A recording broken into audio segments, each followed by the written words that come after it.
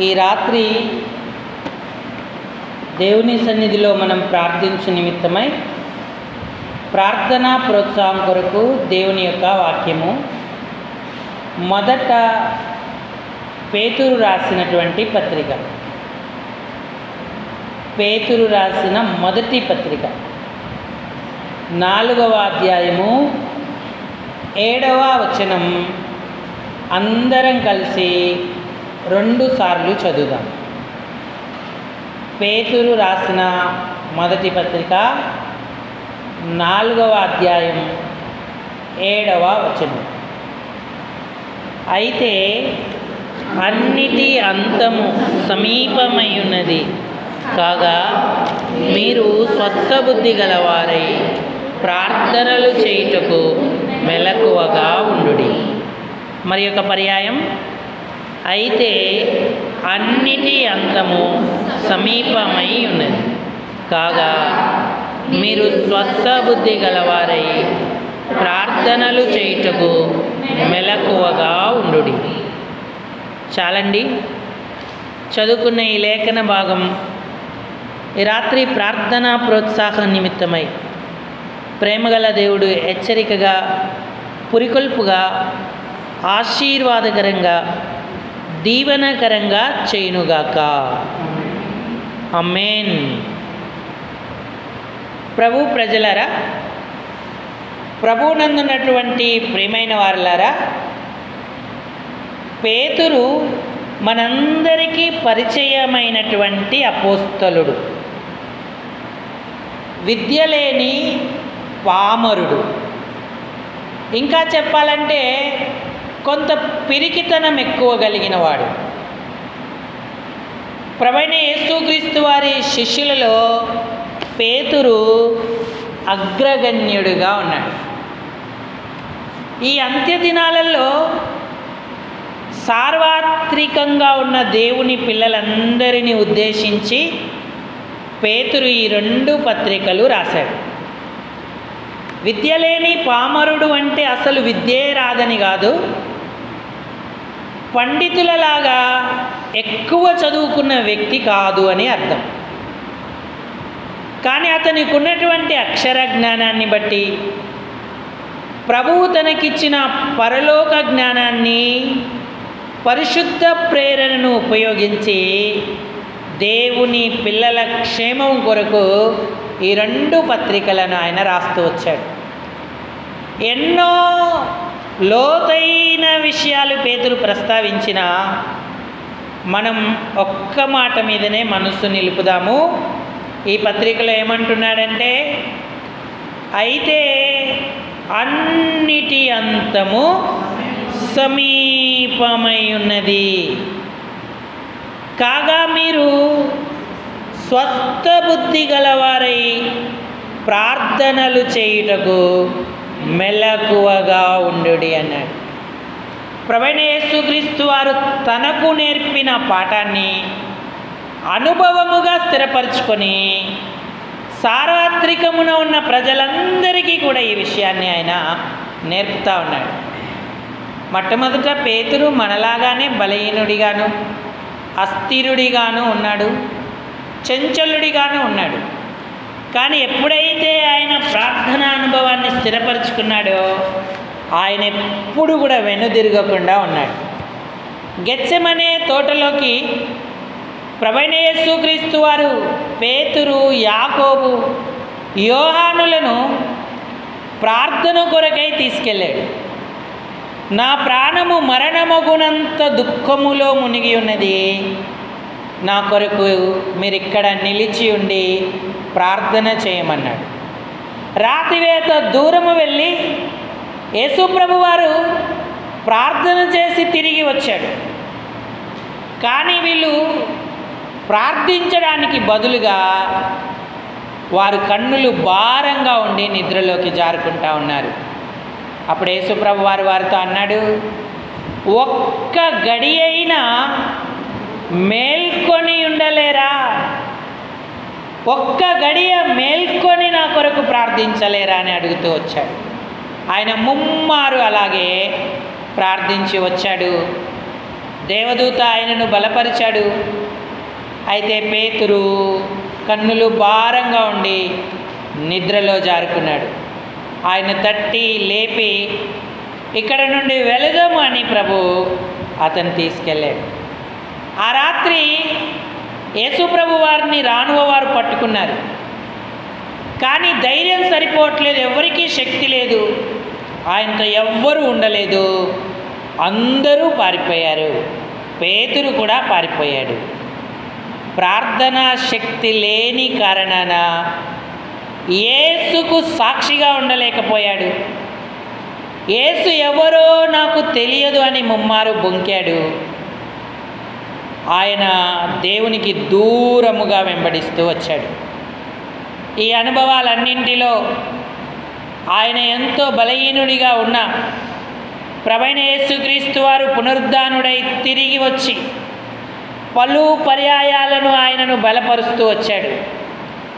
మేడగదిలో శిష్యులందరితో కలిసి ప్రార్థించడానికి పేతురే నాయకత్వాన్ని వహించాడు. అనేకులు కూడి ప్రార్థన చేశారు. పరిశుద్ధాత్ముడు అగ్నిలాగా వారి మీదకి దిగి వచ్చాడు. ఎప్పుడైతే పేతురు అక్కడ స్థిరపడ్డాడో, ప్రార్థనలో బలపడ్డాడో, ఇక మరెన్నడూ కూడా వెనుతిరగలేదు. ప్రార్థించుటకే సమయాన్ని, జీవితాన్ని ప్రతిష్ఠించుకున్నాడు. కొర్నేలి ఇంటికి వెళ్ళకముందు ప్రార్థించాడు. కొర్నేలి ఇంటిలోకి వచ్చినప్పుడు ప్రార్థించాడు. పేతురు యోహానులు ఇద్దరు కలిసి దేవాలయానికి ఎక్కి వెళ్ళి వారు ప్రార్థనలు వాడుక చేసుకున్నారు. అక్కడున్న ఒక కుంటివాణ్ణి స్వస్థపరిచాడు. చనిపోయినటువంటి తబితను ఆయన ప్రార్థన చేసి తిరిగి బ్రతికించి తన వారికి అప్పగించాడు. పేతురు పూర్తిగా ప్రార్థనా ప్రభావంతో నింపబడినప్పుడు వీధులలో వెళుతూ ఉంటుంటే పేతురు నీడ తాకితే చాలు రోగులు స్వస్థపరచబడతారని రోగులను మంచాలతో సహా పేతురు యొక్క నీడ దగ్గరికి తీసుకొచ్చేవారిగా ఉన్నారు. ఎంత ప్రార్థనతో అతడు స్థిరపడ్డాడు, ఎంత పిరికివాడు, చెంచలుడు, వెనుకడుగు వేసినవాడు. అందుకే ఈ అంత్య దినాలలో అందరికీ ఏమని చెప్తున్నాడంటే, స్వస్థ బుద్ధి గలవారై ప్రార్థనలు చేయుటకు మెలకువగా ఉండుడి అన్నాడు. ఒకప్పుడు నాకు అలాంటి అనుభవం లేదు, నేను దాన్ని పొందాను. మీరు కూడా అదే అనుభవములో ఉండి మెలకువగా ఉండి ఆరోగ్యకరమైన మంచి బుద్ధితో ప్రార్థన చేస్తూ దేవుని రాకడ కొరకు ఎదురు చూడుడి, ఆయన కార్యాలను భూమి మీద నెరవేర్చుడి అని చెప్తా ఉన్నాడు. ఈనాడు మన ప్రార్థనలు స్వస్థ బుద్ధి గల ప్రార్థనలేనా? మెలకువగా ఉండి మన ప్రార్థనలను జాగ్రత్తగా దేవుని సన్నిధానానికి తీసుకొస్తున్నామా? ఈ అంత్యదినాలలో మనం చేయవలసినటువంటి 3 ప్రార్థనలు ఉన్నాయి. మొట్టమొదటి ప్రార్థన పశ్చాత్తాప ప్రార్థన. ఒక మాటలో చెప్పాలంటే ఒప్పుకోలు ప్రార్థన. మనమందరము అనేక విషయాలలో తప్పిపోతున్నాము అన్నాడు. భూమి మీద ఆధ్యాత్మికంగా నేను స్థిరపడ్డానని చెప్పగలిగిన వారు ఎవరూ లేరు. ఒకవేళ తాను నిలుచున్నానని తలంచుకునేవాడు పడిపోకుండా జాగ్రత్త చూసుకునవలేను అన్నాడు. కాబట్టి నాడు ప్రార్థనలో ఓడిపోతున్నామా, గెలుస్తున్నామా? మన ప్రార్థనలు పశ్చాత్తాపముతో ఆయనను సమర్పించుకుంటున్నామా? దావీదు చేసిన ప్రార్థన పశ్చాత్తాపపు ప్రార్థన. చూడండి, దావీదు తప్పిపోయినప్పుడు, పడిపోయినప్పుడు తిరిగి ఆ ప్రార్థన ఉజ్జీవాన్ని పొందుకోవడానికి, ప్రభువుకు సమీపం అవ్వడానికి ఎంతో విలపిస్తూ కన్నీరు విడుస్తూ ప్రార్థన చేశాడు. ఈ లేఖనాలు మనం చాలా సామాన్యంగా చదువుకుంటాము, కానీ ఆ భక్తుల హృదయంలోనూ వారి జీవితంలో ఉన్నటువంటి తీవ్రతను మనము గ్రహించగలిగేటువంటి వారంగా ఉండాలి. కీర్తన 51 7వ వచనం చదవండి. నేను పవిత్రుడనగునట్లు ఇస్సోపుతో నా పాపము పరిహరింపుము. హిమము కంటే నేను తెల్లగా నుండునట్లు నీవు నన్ను కడుగుము అన్నాడు. తాను గ్రహించాడు అపవిత్రుడనయ్యాను అని, తనకు మలినమంటింది అని గ్రహించాడు. నేను పాపము దోషాన్ని కట్టుకున్నానని గ్రహించాడు. అందుకే నీకు కేవలం నీకే విరోధముగా నేను పాపము చేసి ఉన్నాను, నీ దృష్టి ఎదుట నేను చెడుతనము చేసి ఉన్నాను అని 4వ వచనంలో ఒప్పుకుంటూ విజ్ఞాపన చేస్తూ ఉన్నాడు. పశ్చాత్తాపముతో, దేవా నీ కృపాబాహుల్యము చొప్పున నా అతిక్రమాలు తుడిచివేయి, దేవా నీ కృప చొప్పున నన్ను కరుణింపుము అన్నాడు మొదటి వచనంలో. కాబట్టి నాడు మనకు మన పాపాల విషయమై, దోషాల విషయమై, మన అపవిత్రత విషయమై ఒప్పుకోలు ప్రార్థన మనం చేస్తూ ఉన్నామా? ఇదే స్వస్థ బుద్ధి గల ప్రార్థనలలో మొదటి ప్రార్థన. ఇంకా దావీదు ఏమన్నాడు? 9, 10, 11 వచనాలు. కీర్తనలు 51, నా పాపములకు విముఖుడవు కమ్ము అంటే ఎందుకన్నాడు? మోషే అన్నాడు, మా దోషాలు నీ ఎదుటనే ఉంచుకొని ఉన్నావు, నీ ముఖకాంతిలో మా రహస్య పాపాలు కనబడుచున్నవి అన్నాడు. పాపాలకు విముఖుడవు కమ్ము అంటే ఇక నా పాపాన్ని దృష్టించొద్దు, నా పాపాన్ని నీ ఎదుట ఉంచుకోవద్దు, వాటన్నిటినీ కూడా తుడిచివేయుము అంటున్నాడు. నా దోషములను తుడిచివేయుము, దేవా నాయందు శుద్ధ హృదయము కలగజేయుము, నా అంతరంగములో స్థిరమైన మనసు నూతనముగా పుట్టించుము, నీ సన్నిధిలో నుండి నన్ను త్రోసివేయకుము, నీ పరిశుద్ధాత్మను నా యొద్ద నుండి తీసివేయకుము, నీ రక్షణ ఆనందము నాకు మరలా పుట్టించుమన్నాడు. ఇదే పశ్చాత్తాపముతో కూడిన ప్రార్థన.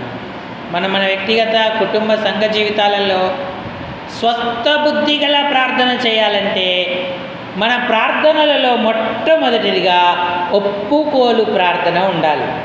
పశ్చాత్తాపముతో కూడిన ప్రార్థన. ఎప్పుడైతే మనం ఈ ప్రార్థన దావీదు వలె దేవుని సన్నిధిన చేస్తామో అప్పుడు ఆయన మనల్ని క్షమిస్తాడు, మన పాపములకు విముఖుడై ఉంటాడు, మన దోషాలన్నీ కూడా తొలగిస్తాడు, తన ప్రసన్నతను మనకిస్తాడు. నీ రక్షణానందం మరలా నాకు పుట్టించుము అన్నాడు. దేవుడిచ్చిన ఆనందాన్ని, రక్షణను దావీదు నిర్లక్ష్యం చేసినట్టుగా చూస్తూ ఉన్నాం. ఆ ఆనందాన్ని పొడగొట్టుకున్నవాడై తిరిగి అపేక్షిస్తున్నాడు. అప్పుడు దేవుడు దావీదును కరుణించి ఆయన పాపాలకు విముఖుడై ఆ ఒప్పుకోలు ప్రార్థన ఆయన అంగీకరించినటువంటి వాడిగా ఉన్నాడు. కాబట్టి ఈనాడు మన ప్రార్థనలలో ఒప్పుకోలుందా? పశ్చాత్తాపాన్ని చూపిస్తున్నామా? మన పాపాలను ఒప్పుకొని తుడిచివేయమని బ్రతిలాడుకుంటున్నామా? అది స్వస్థ బుద్ధి గల ప్రార్థన. ఈ ప్రార్థన చేయుటకు మనం ఎల్లప్పుడూ మెలకువగా ఉండాలి అన్నాడు. పాపం ఒప్పుకోకుండా, పాపాలు తుడిచివేయబడకుండా మన ప్రార్థన ఆలకింపబడదు. యెషయా గ్రంథం 58వ అధ్యాయంలో ఆయన అన్నాడు, 58వ అధ్యాయం మొదటి వచనం చదవండి. విననేరకయుండునట్లు రక్షింపక 59 మొదటి వచనం చదవండి. రక్షింపక నేరకయుండునట్లు యెహోవా హస్తము కురచకాలేదు, మనవులు విననేరకయుండునట్లు ఆయన చెవులు మందము కాలేదు.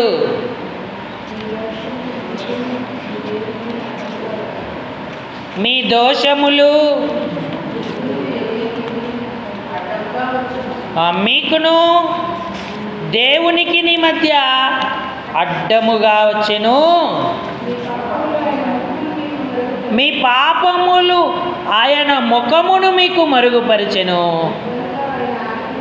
గనుక ఆయన ఆలకింపకై ఉన్నాడన్నాడు. కాబట్టి అడ్డుగోడలు, దోషాలు, పాపాలు, అపవిత్రత అంతా దావీదు వలె మనం ఒప్పుకునేటువంటి వారంగా ఉండాలి. యెషయా 1లో కూడా అన్నాడు, రండి మన వివాదము తీర్చుకుందాం. మీ దోషాలు రక్తము వలె ఎర్రనివైనను, గొర్రెబొచ్చు వలె తెల్లనివైనను, కెంపు వలె ఎర్రనివైనను, హిమము కంటే తెల్లవిగా అగుమన్నాడు. ఒప్పుకునే వారి ఎడల దేవుడు ఎంత కరుణ చూపిస్తాడు. దావీదు పశ్చాత్తాప ప్రార్థన దావీదుకి ఎంతో దీవెన అయింది. మనం కూడా పశ్చాత్తాపముతో కూడిన ప్రార్థన ఆయనకు చెల్లించాలి. ఇది మొదటి అనుభవం. రెండవదిగా రక్షణ కొరకై మనం ప్రార్థన చేయాలి. యోనా చేసిన ప్రార్థన అవిధేయత నుండి రక్షించమని ప్రార్థించాడు. యోనా గ్రంథం 2వ అధ్యాయము, యోనా గ్రంథం 2వ అధ్యాయము 3వ వచనం నుంచి సాయం చేయండి. నీవు నన్ను అగాధమైన సముద్ర గర్భంలో పడవేసి ఉన్నావు, ప్రవాహములు నన్ను చుట్టుకొని ఉన్నవి, నీ తరంగములను నీ కరుళ్ళును నన్ను కప్పి ఉన్నవి. నీ సన్నిధిలో నుండి నేను వెలివేయబడినను, నీ పరిశుద్ధాలయం తట్టు మరలా చూచెదననుకొంటిని.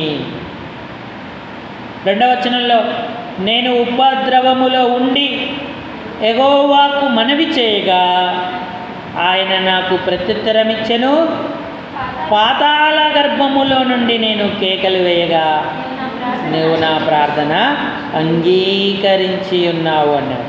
9వ వచనం చివరి భాగంలో అన్నాడు, యెహోవా యొద్దనే రక్షణ దొరుకును అని ప్రార్థించెను అని. యోనా యెహోవా సన్నిధిలో పారిపోతున్నాడు. యోనా యెహోవా సన్నిధి నుంచి వెలివేయబడిన వాడిగా ఉన్నాడు. నీ సన్నిధిలో నుండి నేను వెలివేయబడినను అన్నాడు. మరి ఆయనే అవిధేయుడయ్యాడు, ఆయనే పారిపోయాడు, ఆయనే వెలివేయబడ్డాడు. అయితే దేవుడు ఒక మత్స్యమును నియమించి యోనాను మృంగునట్లుగా చేసి యోనాకు శిక్షణ ఇచ్చాడు. ఆ గర్భములో నుండి యోనా మొరపెట్టుకుంటున్నాడు, మత్స్యపు గర్భంలో నుండి. ఇప్పుడు యోనాకు సంరక్షణ అవసరం. యోనా రక్షించబడిన వాడే, దేవుని బిడ్డే, ఆయన దేవుని ప్రవక్త. కానీ అవిధేయత వలన చిక్కుల్లో పడ్డాడు, అవిధేయత వలన మత్స్యం గర్భంలోకి వెళ్ళిపోయాడు. ఆయన ప్రార్థిస్తూ ప్రభువును బ్రతిమలాడుకున్నప్పుడు అక్కడ నుండి దేవుడు కృప చూపించాడు. మత్స్యానికి ఆజ్ఞ ఇచ్చినప్పుడు ఆ మత్స్యము ఆయనను కక్కివేసాను అన్నాడు 10వ వచనంలో. అంతలో యెహోవా మత్స్యమునకు ఆజ్ఞ ఇయ్యగా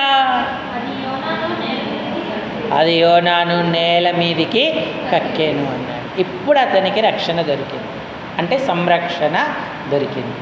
ఆత్మ సంబంధమైన రక్షణ మనం కలిగి ఉన్నాం, దేవునికి స్తోత్రం. కానీ అనుదిన జీవితంలో అవిధేయత చూపిస్తున్నామా యోనా వలె? దావీదు ఒప్పుకోలు ప్రార్థన చేశాడు, యోనా సంరక్షణ కొరకైన ప్రార్థన చేశాడు. తన అవిధేయత నుంచి విధేయతకు వచ్చాడు. 2వ మారు దేవుని వాక్కు ప్రత్యక్షమైనప్పుడు నినెవేకు దేవుని యొక్క వాక్యాన్ని అందించాడు. ఈనాడు మనం దేని నిమిత్తమై పిలువబడ్డామో, మన పని, మన బాధ్యత, మన స్థానం, మన స్థితి ఏంటో మనం గుర్తించి దానికి విధేయులమై ఉండాలి. దేవుని పనికి ఎప్పుడైతే మనం అవిధేయులమవుతామో దేవుడు మన సంరక్షణలో కొరత వేస్తాడు. అప్పుడు మళ్ళా విధేయులమైతే ఆయన కృపనిచ్చేటువంటి వాడిగా ఉంటాడు. యెహోవా యొద్ద కేవలం రక్షణ మాత్రమే కాదు, యెహోవా యొద్ద క్షమాపణ దొరుకుతుంది, యెహోవా యొద్ద విడుదల దొరుకుతుంది, యెహోవా యొద్ద కృపా కనికరాలు దొరుకుతాయి. కాబట్టి యెహోవా యొద్దనే మనం ప్రార్థించి అట్లాంటి ప్రతిఫలాన్ని పొందేగల వరంగా ఉండాలి. యోనా ఇప్పుడు స్వస్థ బుద్ధి గల ప్రార్థన చేస్తున్నాడు. స్వస్థ బుద్ధి గల ప్రార్థన అంటే ఆయన మనసు మార్చుకొని విధేయత నుంచి, అంటే అవిధేయత నుంచి విధేయతలోకి వచ్చి ప్రార్థన చేస్తూ ఉన్నాడు. మనల్ని కొన్ని పరిస్థితులు మత్స్యములాగా ఇరుకులో పెడతాయి. మనమున్న స్థితిగతులు చేప గడుపులో ఉన్నట్టుగానే ఉంటాయి. ఇరుకు, ఇబ్బంది, బాధ కలిగిస్తాయి. ఇదంతా కేవలం మన క్షేమం కొరకే, మన సంరక్షణ కొరకే. ఎప్పుడైతే మన అవిధేయతను గ్రహించి దేవునికి విధేయులం అవుతామో అప్పుడు దేవుని దగ్గర మనకి రక్షణ లేదా సంరక్షణ దొరికేదిగా ఉంటుంది. మరి అలాంటి ప్రార్థనలు మనం చేస్తూ ఉన్నామా? పశ్చాత్తాప ప్రార్థన, స్వస్థబుద్ధి ప్రార్థన. యోనా విధేయతతో కూడిన ప్రార్థన, స్వస్థబుద్ధి గల ప్రార్థన. ఇక మూడవదిగా మన జీవితాలలో కృతజ్ఞతా ప్రార్థన కలిగి ఉండాలి.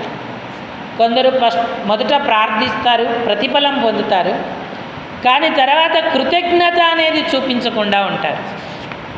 హన్నా తాను ఎంతో నిందను, బాధను, మనోదుఃఖాన్ని భరించి షిలోహులో ఉన్న దేవుని ఆలయానికి వచ్చి అక్కడ ప్రార్థన చేసింది. ఆమె బహుదుఃఖాక్రాంతురాలై ఏడ్చుచు కన్నీరు విడిచి ప్రార్థించింది. దేవుడు ఆమెను కరుణించాడు. ఇశ్రాయేలీయుల దేవుడైన యెహోవాతో నీకు చేసుకొనిన మనవి ఆయన నీకు దయచేయునుగాక అన్నాడు ఏలి. మరుసటి సంవత్సరానికి ఆమె గర్భవతి అయింది, కుమారుని కన్నది.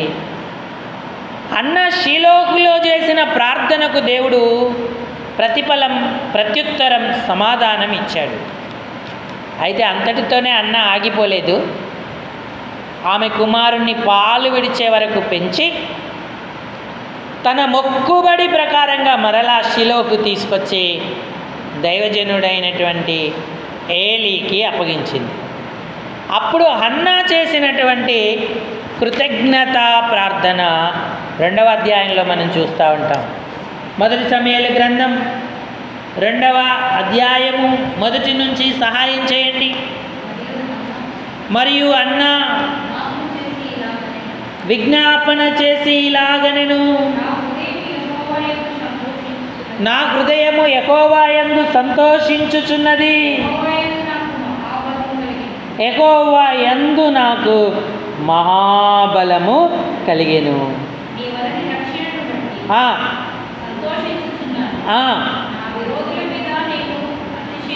నా విరోధుల మీద నేను అతిశయపడతాను, ఒక్కడు లేడు, నువ్వు తప్ప మరే దేవుడు, మన దేవుని వంటి ఆశ్రయదుర్గము ఏదియూ లేదు అని. ఇలా చెప్పుకుంటూ వెళ్తే అన్నా చేసిన ప్రార్థనలో ఎన్నో విలువైన విషయాలు మనకు కనబడుతూ ఉన్నాయి. దేవుడు చేసే కార్యాలన్నీ అన్న తెలుసుకొని వివరిస్తూ ఆయనను గణపరుస్తుంది. ఇది కృతజ్ఞతా ప్రార్థన. పొందిన మేలులకు ఆమె మౌనంగా ఉండలేదు. దేవుని గణపరిచి, హెచ్చించి, కొనియాడి నీ వంటి దేవుడు ఒక్కడునూ లేడు అని ఆరాధిస్తూ ఆయనకు కృతజ్ఞతాస్తుతులు చెల్లిస్తూ ఉన్నాడు. ఈ అంత్య దినాలలో నిజమైన స్వస్థ బుద్ధి గల ప్రార్థన ఏదంటే కృతజ్ఞతా ప్రార్థనే. పొందుకున్న మేలులను మర్చిపోకూడదు. 10 మంది కుష్ఠరోగులు ఆయన దగ్గరికి పరిగెత్తుకొని వచ్చారు. 10 మంది కూడా స్వస్థత పొందారు. అయితే అందులో ఎంతమంది తిరిగి వచ్చారు? ఒక్కడే తిరిగి వచ్చాడు. మిగతా 9 ఎక్కడా అని అడిగాడు. అయితే ఆ తిరిగి వచ్చిన స్వస్థత పొందిన ఆ కుష్ఠరోగి ఒక అన్యుడు, సమరయుడు. వాడు ఎలా కృతజ్ఞత చెల్లిస్తున్నాడంటే గొప్ప స్వరముతో దేవుణ్ణి మహిమపరచుచు, గొప్ప శబ్దముతో స్తోత్రము చేయుచు ఆయన ఎదుటకు వచ్చి సాగిలా పడతా ఉన్నాడు, ఆయనకు మ్రొక్కుతా ఉన్నాడు. నేను 10 మంది కుష్ఠరోగులను స్వస్థపరచాను కాదా, మిగతా 9 ఎక్కడా? కాబట్టి ఈ కృతజ్ఞతా ప్రార్థన స్వస్థ బుద్ధి గల ప్రార్థన. మొదటిది పశ్చాత్తాప ప్రార్థన లేదా ఒప్పుకోలు ప్రార్థన. రెండవది సంరక్షణ కొరకై విధేయులమై చేసే ప్రార్థన. మూడవది పొందిన మేలులకు కృతజ్ఞతగా చేసే విజ్ఞాపన. ఇవి మన జీవితాలలో స్థిరమై ఉన్నాయా? అంత్యదినాలు అన్నిటి అంతం సమీపమవుతున్న దినాల మధ్య మనం ఉన్నాం. ఆయన రాకడ ఆసన్నమవుతుంది. దినదినము ఇలాంటి అనుభవాలలో మనం పెరగకపోతే ఆయన రాకడలో మనం ఎక్కడ నిలుస్తాం? మన పరిస్థితి ఏంటి? అందుకే సంఘముగా, కుటుంబముగా, వ్యక్తిగతంగా ఎప్పటికప్పుడు ఈ ప్రార్థనలను మనం నేర్చుకొని అలవర్చుకొని అనుభవముగా కలిగి ఉండాలని దేవుడు కోరుతూ ఉన్నాడు. ప్రార్థనలు చేయుటకు మెలకువ ఉండాలి, జాగ్రత్తగా ఉండాలి. పేతురు పెద్దగా ఇప్పుడు ఆ సంఘాలకు నియమింపబడి వారందరికీ కూడా హెచ్చరిక చేస్తూ ప్రార్థనలయందు మెలకువగా ఉండుడి అని చెప్తా ఉన్నాడు. కాబట్టి ప్రియులారా, ఈ రాత్రి ప్రార్థించబోయే ముందు మనల్ని మనం పరిశీలించుకుందాం. ప్రభా, నేను నా ప్రార్థనలో పశ్చాత్తాపం, ఒప్పుకోలు కలిగి ఉంటున్నానా? లేకపోతే దావీదు వలె నేను కలిగి ఉండడానికి సహాయపడు. నేను ఎన్నో విషయాలలో అవిధేయుడను ప్రభువా. యోనాలాగానే అనేక ఇక్కట్లు, ఇరుకుల్లో చిక్కుకుంటున్నాను. ఈ ఆపదల్లో నుండి నన్ను విమోచించు. నేను విధేయుడనై ప్రార్థించుటకు నేర్పించు అని అడగాలి. అంతేకాదు, నేను పొందిన మేలులకు కృతజ్ఞుడను కాకుండా కృతజ్ఞత కలిగిన వాడనై నిన్ను కనపరిచే భాగ్యం ఇవ్వు. మా పితరురాలైన అన్నావలే నీ వంటి దేవుడు లేడని నీ గొప్పతనాన్ని పలువురిలో ప్రచురపరిచే భాగ్యం ఇవ్వు. తిరిగి వచ్చిన సమరయుడి వలె గొప్ప శబ్దంతో మహిమపరిచే ధన్యత ఇవ్వు అని అడగాలి. మరి ఈ తలంపులన్నీ మన హృదయంలో నిలుపుకొని ఈ రాత్రి మనం ప్రార్థనలో కొనసాగుదాం. దేవుడు మనందరికీ కృప అనుగ్రహించునుగాక. ఈ తలంపులను దేవుడు దీవించునుగాక. ఆమేన్. మనం ప్రార్థనలోకి వెళదాం. అందరూ తలలు వంచి కళ్ళు మూసుకోండి.